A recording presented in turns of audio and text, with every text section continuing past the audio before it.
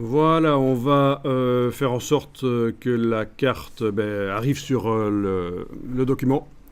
Donc évidemment, fichier importer.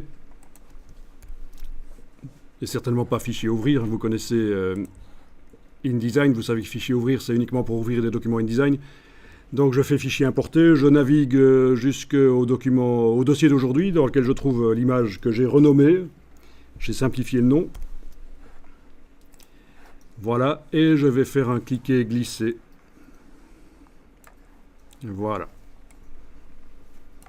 Donc il y a plusieurs choses qui vont être faites avec cette carte. On va faire un bouton qu'on va placer sur certains des états.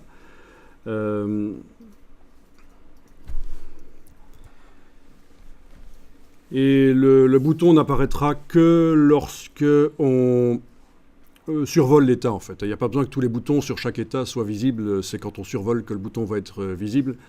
Dans un premier temps, on va faire un bouton qui sera rond, mais on verra par la suite, en utilisant Illustrator, vous allez pouvoir faire des boutons qui ont la forme de chacun des états en fait. Donc ce sera encore plus sympa. Voilà la carte qui est là sur le plan de travail. Je vais aller maintenant dans la palette des calques. Menu fenêtre calque, je vais dans la palette des calques et je vais aller verrouiller le calque 1. Parce qu'en fait, on va tout faire sur un calque spécial qui va contenir l'interactivité. Donc on va cliquer sur le bloc de feuilles pour faire un nouveau calque que je peux même renommer en double-cliquant sur lui. Je peux le renommer interactif. Interactif, voilà, ok.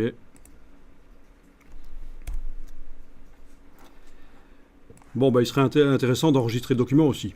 Donc dans le même dossier que là où j'ai mis l'image, je vais faire donc fichier enregistrer sous et je vais enregistrer ça.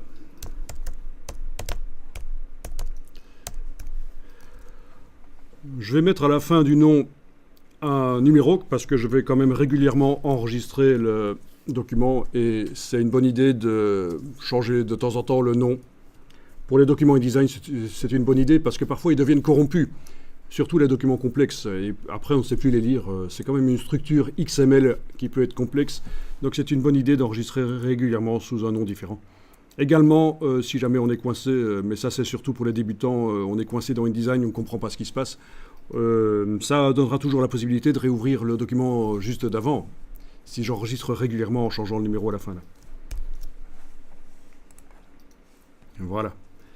Donc la situation est celle-là. J'ai enregistré mon document. Et dans la palette des calques, j'ai verrouillé le calque qui contient la carte. Et je travaille sur un calque que j'ai créé spécialement pour aller mettre l'interactivité. Ce qu'on va voir sur cette carte, c'est donc des boutons qui apparaissent quand on les survole et qui font apparaître des informations quand on les survole aussi, oui.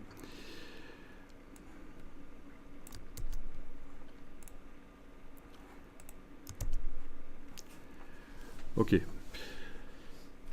Également des boutons qui ont une forme spéciale. Par exemple, la forme d'un État des États-Unis.